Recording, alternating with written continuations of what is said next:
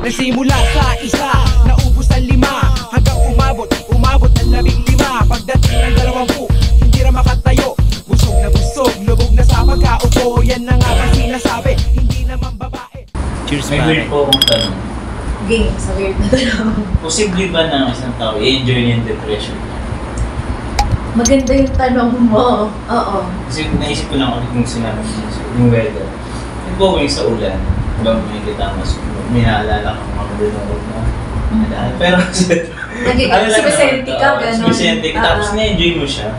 Deep inside, parang gusto mo yung feeling na gano'n. Siguro yung distinction lang ng emotions at saka clinical depression. So wala pa doon. Wala. Na-enjoy na eh. At saka wala siyang naapektuhan or hindi naman naapektuhan yung sarili niya or ibang tao. No? Basic human emotion yun na very valid. The fear, anger, sadness. No? So emotion lang po yun. Kasi normal tao talaga. Emotion Clinically. Mas wala ngayon yung mag-soundtrack ka sa ulan. Okay lang yun. Wala kasi yung na-open na nun. How about possible ba maging trait sa depression mo? Diba yung lumalang yung time, parang na-overcome mo lang, na ma-used siya sa depression niya hanggang sa kaya niya nang mag-live with that. Parang ang tanong ko, kaya ba na yung tao to live with depression na undiagnosed, untreated, ganyan? Possible na, pero hindi siya true for all cases. Na may iba na yung mga single episode, ganyan. Tapos, kumari may nangyari na protective or helpful sa kanya, nalampasan kahit walang consult, walang medications, pwede naman. Pag clinical depression talaga, may impact talaga siya, ganyan. Hindi naman po sa ayaw ko talaga mag-file sa mga psychiatrist. May free naman. So, anong problema mo sa mga psychiatrist? Kasi before parang wala nang akong problema. Before kasi parang hindi ko pa siya naiintindihan yung parang later on na lang nag-boom yung depression. Parang hindi siya ganun ka-relevant sa'yo. Before, parang nag-learn na ako ng humor to cope up with it. At saka siguro hindi lahat ng may iba parang the presence of someone or psychologist counseling, di ba? Kasi may kapag din mo akong depressed ako, may schizophrenia. Nung time na, alam ko na-orienta ako na pag dinala mo rin sa doktor rin, though naniniwala ko dahil nakailang balik na kami doon, laging reseta siya tapos ng gamot, pero hindi nadidil yung pinaka-problema niya eh. Kung ano yung issue niya, so kailangan niya nakausap talaga. Hindi siya pwedeng iwan lang dyan, na bahala na siya dyan, bahala sa buhay niya. Basta tayo, ginawa natin yung responsibility natin, hindi natin ito. Tapos, hindi siya gano'n eh. Ano rin yun eh, totoo naman, valid yung sinabi mo na may ibang doctors na mas yung pag-manage nila, parang biomedical. So, bigay prescriptions, it could work naman, talagang sina-address talaga yung brain na issues, no? Pero kasi, even processing, helpful din talaga nila sa brain.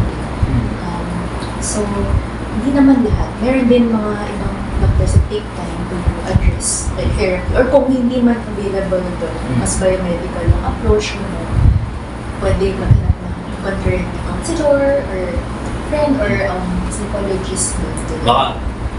Baka medyo harsh yung dating. Parang ang dating kasi noong time ko yun. Dahil siyempre concern ako sa kapatid.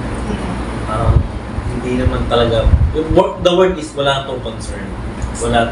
Kasi gamot lang yung solusyon niya eh. Na ako mismo, hindi ako doktor nung time na yun. Alam ko na hindi lang gamot yung kailangan niya. Pero pag dinala namin siya sa ospital, automatic ay binibigyan namin ng doktor. Alamin niya lang yung story after nun. Palit ng gamot, o tataasan niya. Normally tataasan. Kasi nga, napatakbo eh. So, nag-arise na naman yung mga imbalances. So, taasan na naman ang gamot. Hindi ko nakita doon yung concern na ito gawin niyo po mami, ito po gawin niyo dati sa anak niyo. Wala akong marinig na gamot sa doktor. So, yung parang family education. Wala. Talagang gamot lang talaga. Which is, hindi ko rin masisi. Kasi kung ang work lang ng doktor na yun is talagang mag-prescribe lang ng gamot. Pero kawawa yung mga pamilya na walang idea sa ganun na hindi lang dapat gamot yung ibibigay dyan. Kawawa kasi doon kasi hindi naman in-explain ng doktor sa kanila na Mami, aside po sa gamot na to, hindi lang po ito solusyon. Dapat samahan niyo po siya, kaya ganyan. Walang ganun. Talagang, ito gamot, tapos Pero balik na lang po kayo pagka... Ano ba siya? Parang very unstable ba siya at that time? Ganyan? Or parang, halimbawa, nakakausap more on, or more on... Hindi, may agitation ba? Nag-affect ng suicide. Okay. Nag-affect ng So, suicide. highly, ano siya, parang emotional. Oo. Ganyan. Tapos, yung pangalawang balik namin doon, more on, trinet niya na yung mama niya na pupuk po ko yung ulo sa mesa, parang siomay, so, yung dugo, parang toyo daw. So, parang yun. Oo. So, yun na yung time na sinenda namin. Medyo natakot na Oo. yung tita ko doon. Tama So, yun. nung binala siya doon, ganun uli yung response ng doktor na gamot. Which is, nag-gets ko naman yung, wala masyado. Kaya medyo parang, wala masyado itong concern mo.